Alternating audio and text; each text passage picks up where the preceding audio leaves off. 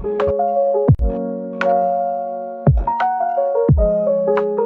this is me, Tony Bello. Welcome back to the Game Challenger UK. And what we're doing is we're challenging the game. What game are we challenging today? Cryptocurrency. Crypto, is it a scam?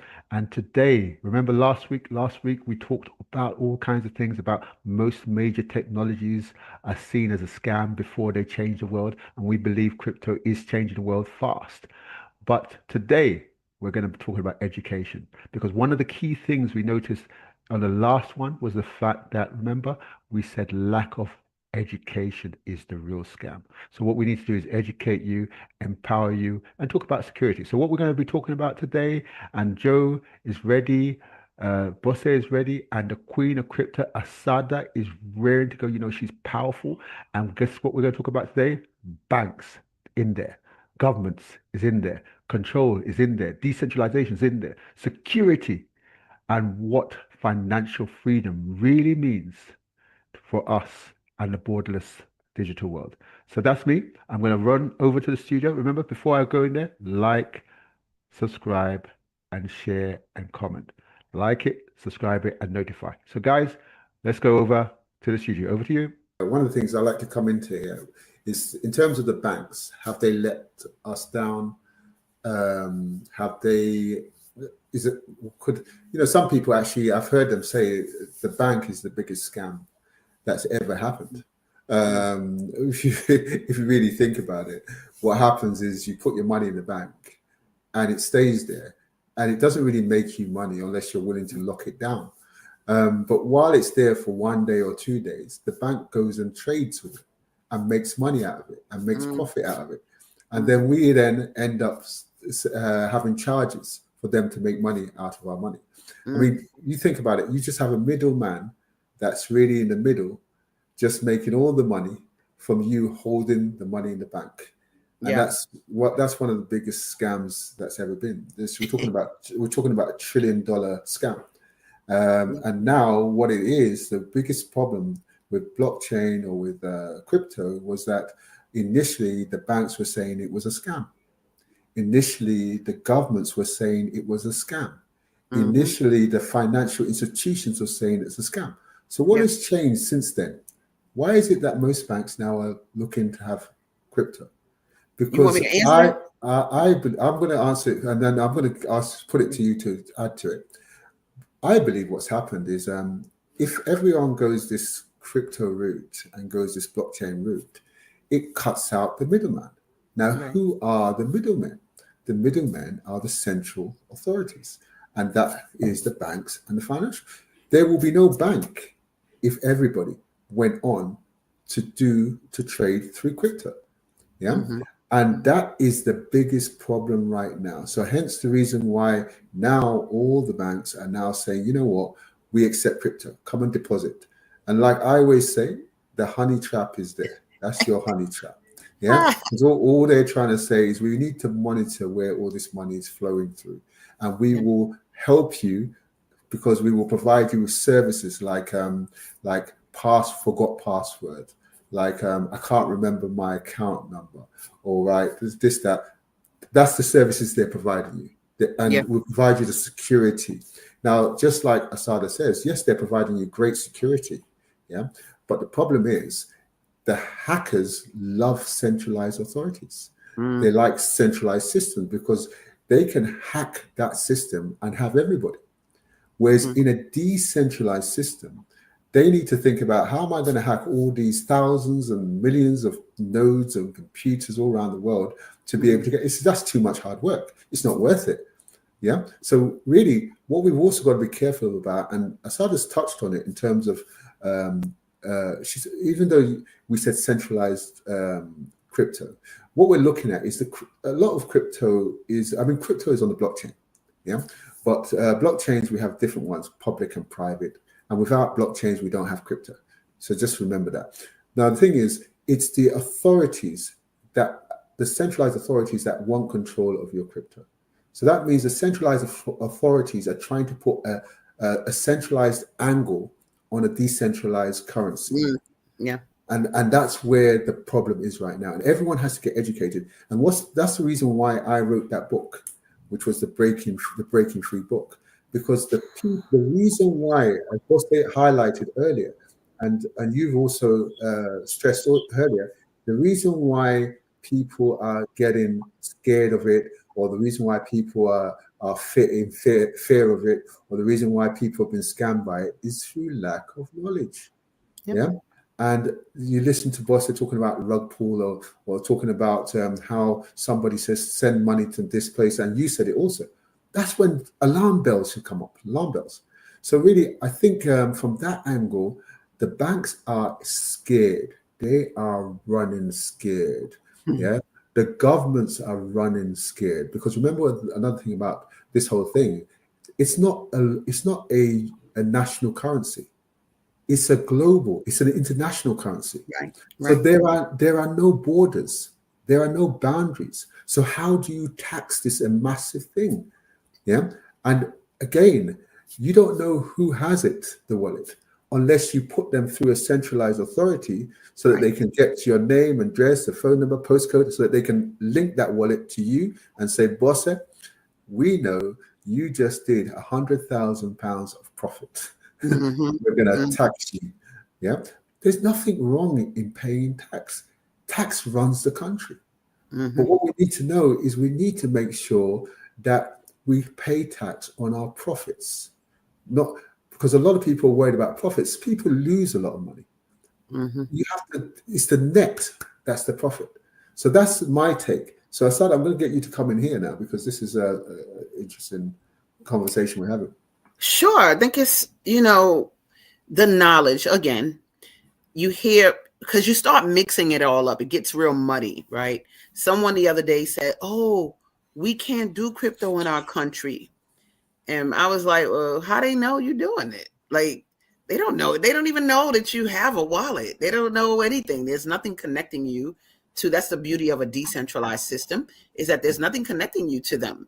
Now, what they do know is that people aren't educated. So even on American tax forms, they ask you the question, how much Bitcoin did you make last year? And they put that question because you know what they know? They know that you don't know to say none of your business. I'm just saying it, right? But the reality is, even if you did make 10,000 in Bitcoin in a year, where's it recorded? Where can they find that?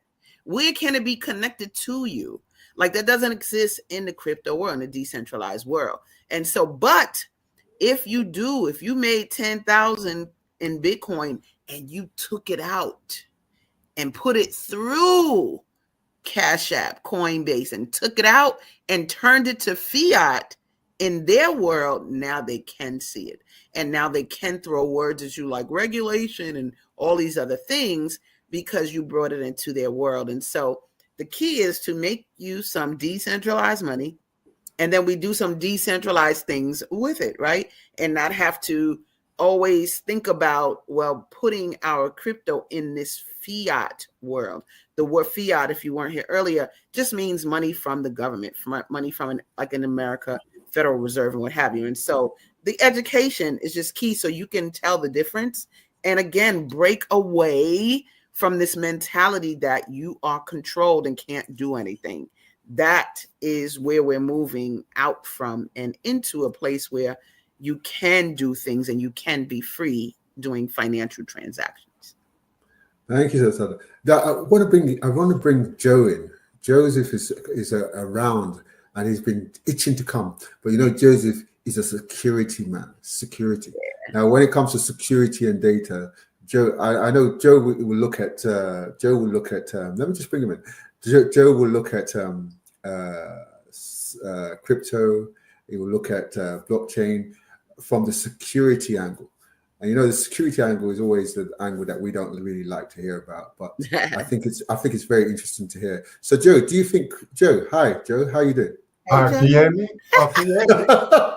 Okay, right. Sorry. Yeah, you see how Joe is. You see how Joe is. I cracked a joke, and we love a brother like that. Go ahead, Joe. Joe is security, man. Joe, that's right.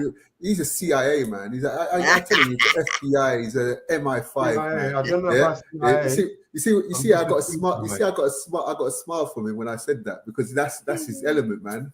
Yeah. So, Joe, What's your opinion? Is crypto risky? What do you say? No, it's not risky. As you said earlier on, I was listening tentatively.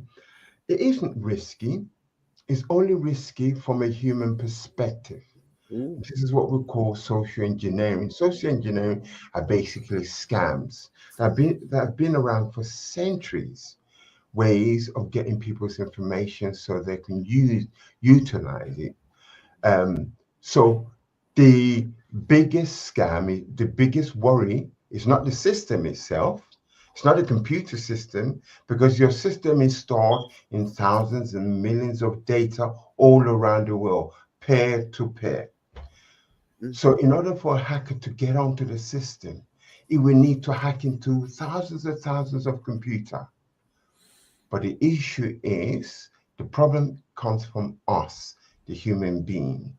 When we use agent in order to progress our transaction on crypto, from that point of view, we give them information to allow them to hack us, to allow them to steal our money. The reason why we need crypto, people have been made redundant. The pension has been taken away by taxation, by government. This is in England. Sorry, it's not America. This is in England. So now we're worried about when we retire, where do we get the money to pay for our living expenses, mortgages, living, holiday? So we use crypto as a way of creating wealth when we're unable to work full time. And then because of that fear, we use agent because lack of knowledge, as Asada said, that we use an agent, we give them all our information, I will come back, I invest your money, and then they use the psychology. If you give me your money now, you can earn within 2 months, within 1 week, over thousands and thousands of pounds. And you buy into this social engineering psychology, and you pay your money and they steal your money. So in conclusion, the human are the are the problem, not the scammer, not the hacker. Oh, 1,000%. yeah. Well, you know what? I was surprised. I was expecting. The security. They're all like very serious. They're like, no, don't touch it. Don't touch it. Lock it up. Yeah. But Joe's coming from a different perspective, and I think that's quite interesting. I don't know whether you want to add anything to that, Asada, at all. I do. I do. Everything you say, I want to add to it. So what I love about what Joe said is this human error aspect. People say a lot of logical things about why people should do this and that. Oh, you should do crypto because of this, or you should do it because of that. But humans don't think in logic. Humans do things for emotional reasons. Period. Even when, I've been in crypto environments, and this is another thing I love about when I enter into a crypto space, there has to be a smart contract, because a smart contract takes out that emotional nonsense that humans bring when there's no smart contract. I've been in an environment with a no smart contract, and just in case you're watching and you don't know what that is, smart contracts make it so that transactions happen with just automatically 24/7, right? No human going, I'm out to lunch. Hey, I'm closed today. Those are human things. You need to rest. And so when you're dealing with a smart contract, you don't have that, right? And so what Joe is saying is so important, because these systems, like being in a crypto place that has a smart contract, everything is automatic, it's foolproof, working, and you don't see mishaps. Because in that other environment I was in, because of that emotion, I had done so much work. But because somebody said Asada is whatever they said, they actually chopped my organization in half and put people somewhere else and took them away from me. And I was like, what? Like trying to look at what do you mean? And that's human stuff. That's emotional stuff. That's, you make decisions based on, I don't like this and none of that. So I love the crypto space, both decentralized, needing a smart contract for me, because it takes that out. And you're not worried about whether you like me or not, or blah, blah, blah, blah. If you don't like me, guess what? The money's still going to come anyway. It's coming all night and you can't do anything about it. And so, yeah, I love the security aspect of a smart contract, because I don't have to worry about, did they add that right? Wait a minute, did you cheat me? Do you owe me money? Nope. Smart contract has it all together organized. I just wanted to add to that. With crypto and Bitcoin, you need to know the basic. Either you buy a book or you come to training like yours, Asada, and learn the basic. Learn the basics so that you can make informed decision in relation to such an investment. However big, you need to learn. The other issue is legislation. Legislation are not there. Decentralized takes your money. Centralized basically allows government to monitor your transaction. Decentralized allows no government. It has no boundaries. As what Tony said, we live in a global economy where we live in Africa. We can do transaction in Portugal, in China, in Asia. That is the beauty of this digital market we have. Decentralized, what Tony's book is all about, is very important in terms of education, knowing the basics. Absolutely. Thank you, Joe. And I think there's some great interesting nuggets here. You can't see it because of the background. Oh man, I'm trying to show my book. Don't worry, you can't see it. You can see it now. You can see it. Once it's on your face, once it's on your mouth, you can see it. Yeah, thank you for that. Thank you. Yeah, so breaking through is all about education, and we'll talk more about that again later. I just want to bring Bosse in here because I know she's looking lonely over there. But before she's eager to join in. Before I bring her in, I want to just understand something. You see, Joe and Asada mentioned and I also mentioned that there's no boundaries. Yeah, there's no borders, and that is the biggest problem that governments have. That is the biggest problems that banks have. Because remember, that's their money. That's their money. The borders are the way they can charge. Yeah, the change of currencies from dollars into pounds, into sterling, into euros. That's where their money is. Yeah, and now you're telling them that you can send money to Nigeria within a few seconds, and there are no borders, there are no charges, and it will hit your account in 3 or 4 seconds. Yes. That's crazy. That's a whole new world. Yeah. But a whole new world that the centralized system doesn't want you to know. Because if you know it, oh wow. See, I have companies that you send money to them, and it takes sometimes days, if not for them to acknowledge they've received the money. Imagine you can send that money through crypto and it's there within 5 seconds. That means your product can be released. Everyone is in good state. And then guess what? You can even check. They can check. It's all visible. There's no hiding place. The transactions are all transparent. It's amazing. That's the key thing. So, Tony, right before this, I literally helped a sister in South Africa sign up and get herself ready to receive Polygon. And while I've been on this screen with you, she has now started to sign up her son, who is also in South Africa, to do the same thing. And then at least another person, I think he's in New York, helped him get set up to start doing Polygon. So even like in minutes before getting on, I said, I got 10 minutes, let's go.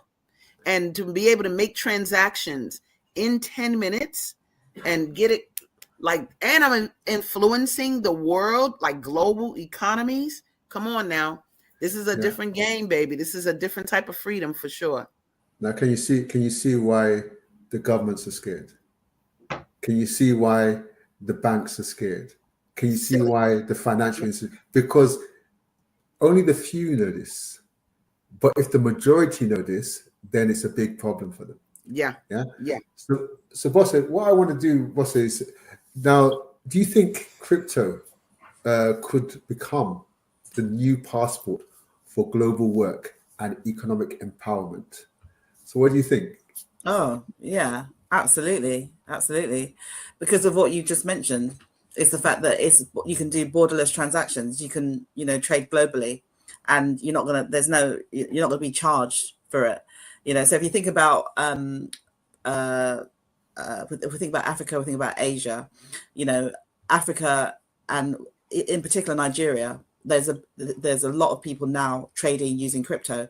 And if, for example, you don't have access to the banking infrastructure, then crypto allows you to have access to money, because you don't need a bank. You just need a phone, and then you need to be able to create a digital wallet. So of course it's gonna open the global market. It's gonna give people a lot more access. It's gonna decrease, hopefully, the economic gap between Yeah. people that have less money and don't have access to banks and stuff like that. So absolutely, absolutely. Fantastic, Mm. fantastic. I think with Asada, in your case, you teach on wealth building through crypto.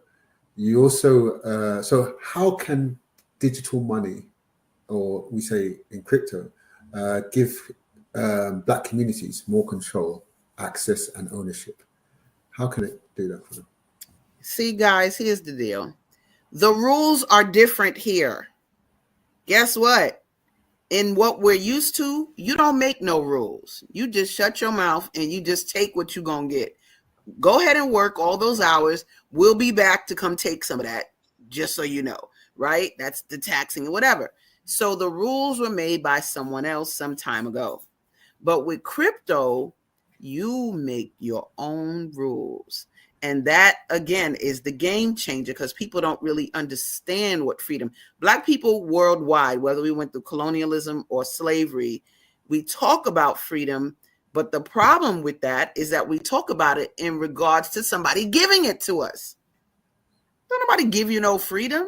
What are you talking about? They don't have it to give. It's something you have to assume. You have to assume freedom, and you assume it by increasing your skill set. Do you know how to be free? Well, guess what? You just got to be free. It's nothing. It's not a toolkit you got to get from Target or something, or from the store. You just have to make a different type of decision that allows you to benefit, and nobody gets to take anything from you. So that is where we're going. Whoever created crypto, that was the mindset. Let's put the power in the hands of the people, right? And so with that, I think that's the biggest shift, is trying to figure out, can I be? It's almost like, can I be powerful? Can I run everything? It's almost like we want to add trouble in. But wait a minute. What about regulation? Girl, sit down. Go regulate your own life. Go write down your password and go sit down and go get you some money. It's just a different mindset of empowerment, of being empowered. When I wrote Bitcoin for Black people, it wasn't really to talk about the minutia of the breakdown of Bitcoin. It's more about helping us see that wealth is not a stranger to Black people.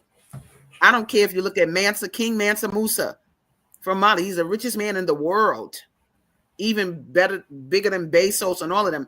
But he's us.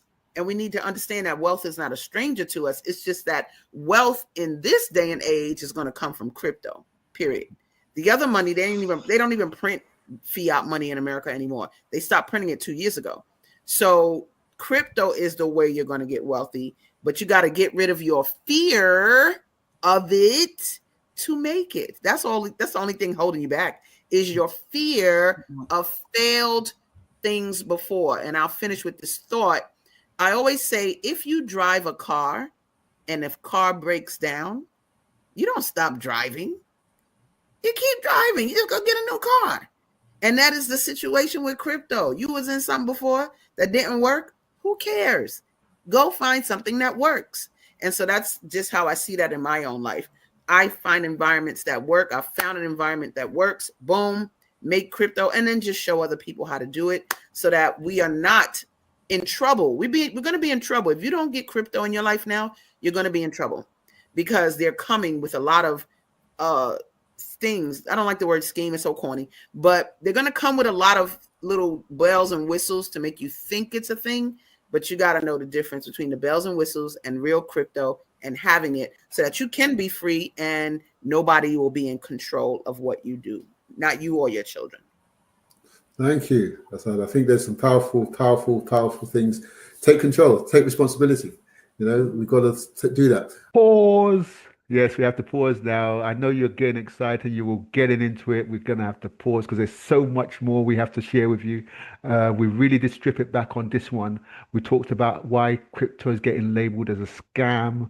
We talked about how often things are people getting caught out. We talk about the real issue is not crypto. The real issue is lack of education, misinformation, and the fear we get our communities are having. And this is what's holding our communities back.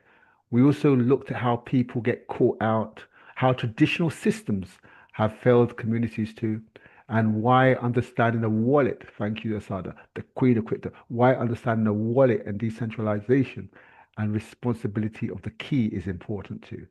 Now, in the next part, in the next episode, we're going global. We're going to look at real data, real use cases, especially in Africa, the center of the world, and also how digital money is already changing lives. Some of these people didn't have access to traditional finance, and now because of this digital, it's giving them access. It's closing in the economic gap and creating new opportunities. So if you know where you're heading, you don't want to miss the next one. So what I'm going to say is, listen, like, share, and subscribe, and send it around. Yeah, we deserve more. More people need to know about this. And also, guess what? In the next episode, you're going to hear a bit more about this special thing called, obviously, the book, education. And guess what? Linking it to a platform, an academy platform. So that's me, Tony. Remember, like, share, and subscribe. See you in part 3.